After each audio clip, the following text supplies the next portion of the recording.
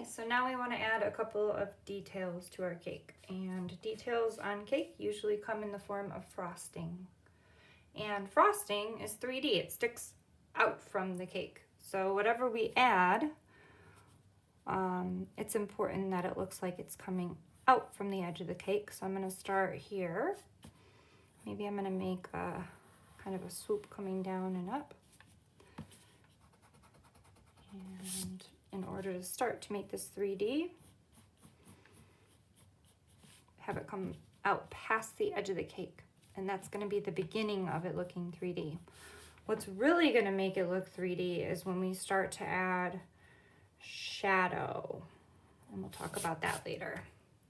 Okay, so we've got the beginning of frosting there. Maybe we can do this similar thing here. I'm going to start with kind of a curved line, maybe coming even up past the top edge a little bit.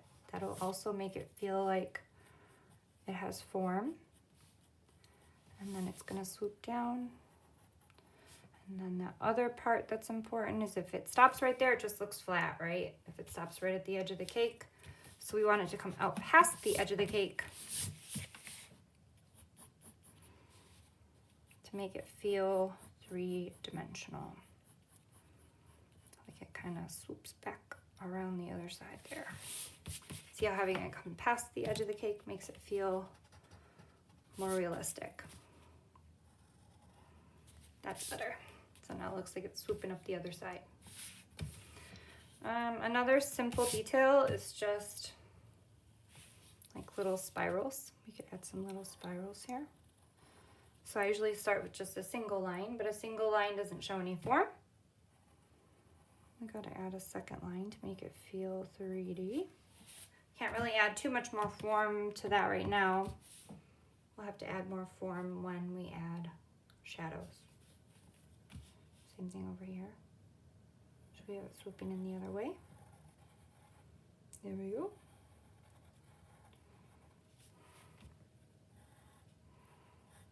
Have it come past the edge, I suppose, right there a little bit. Although it might have gotten sliced off when we took that big chunk out of the cake. Let's see, what else can we do here? Maybe just some dots of frosting.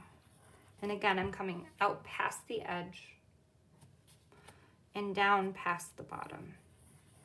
And that's gonna make it feel like it's sticking out from the surface of the cake.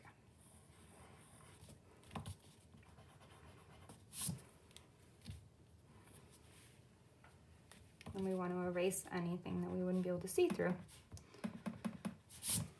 Here. Do the same thing over here.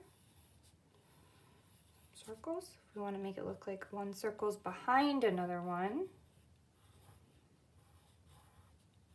just draw it kind of peeking out from behind. And again, it comes out past the edge of the cylinder.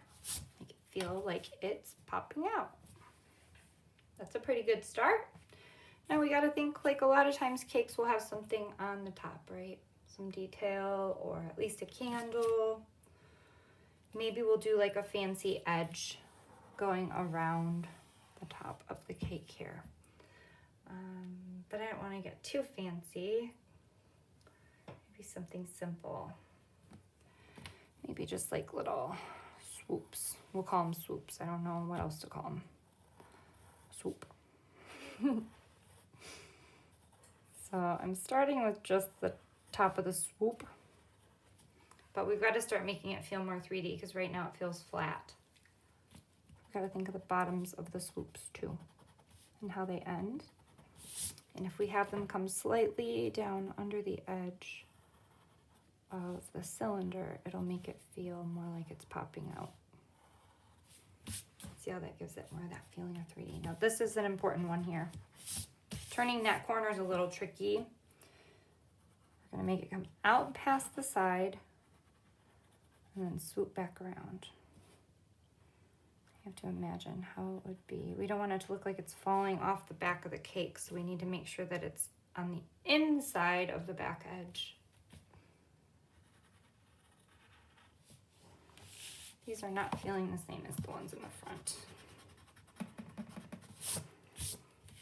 these look more like just almost like a jelly bean.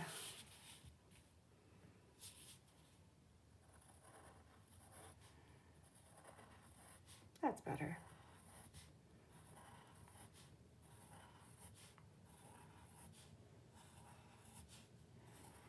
See, I'm going right over the top edge of the cake.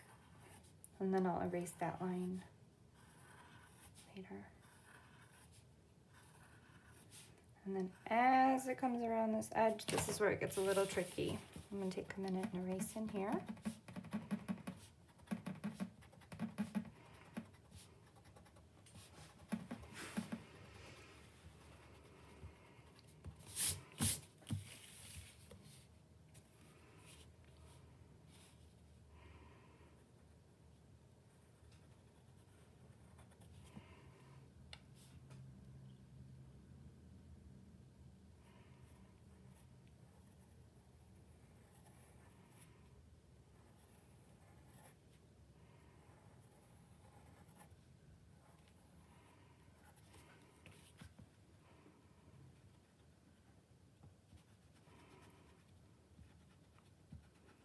Here it takes a little thinking to figure out what's in front and what's behind. That's going to be behind because it's further back.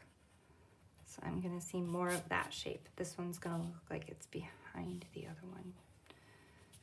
The edges are kind of that tricky spot where you got to have to think for a minute and say, what do I want to look like it's in front and what do I want to look like it's behind? That's a good way to kind of figure that out. Whatever's lower is closer to you. Whatever's higher is further back, right?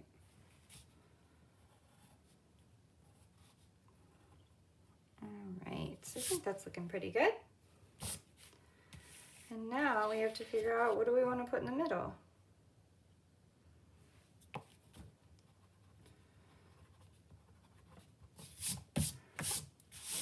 We could put a little figurine. We could put a candle, maybe a fancy candle.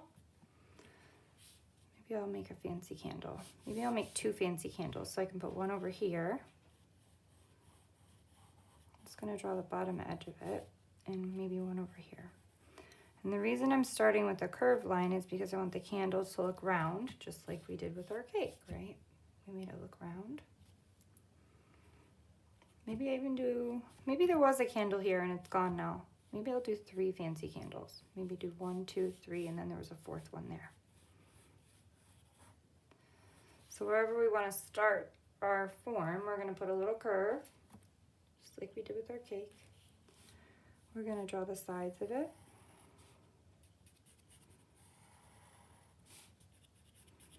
If we want them to stand up on the top of the cake, they're going to be parallel to the sides of the cake.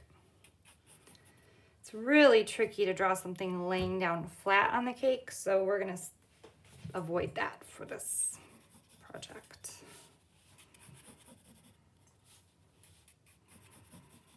It's a little too advanced. All right, depending on how tall these candles are, maybe one has burned more than the other. We want to match the same curve up at the top to see how that matches that. Maybe this one burned a little more on that side. Maybe I'll make it a little crooked on purpose.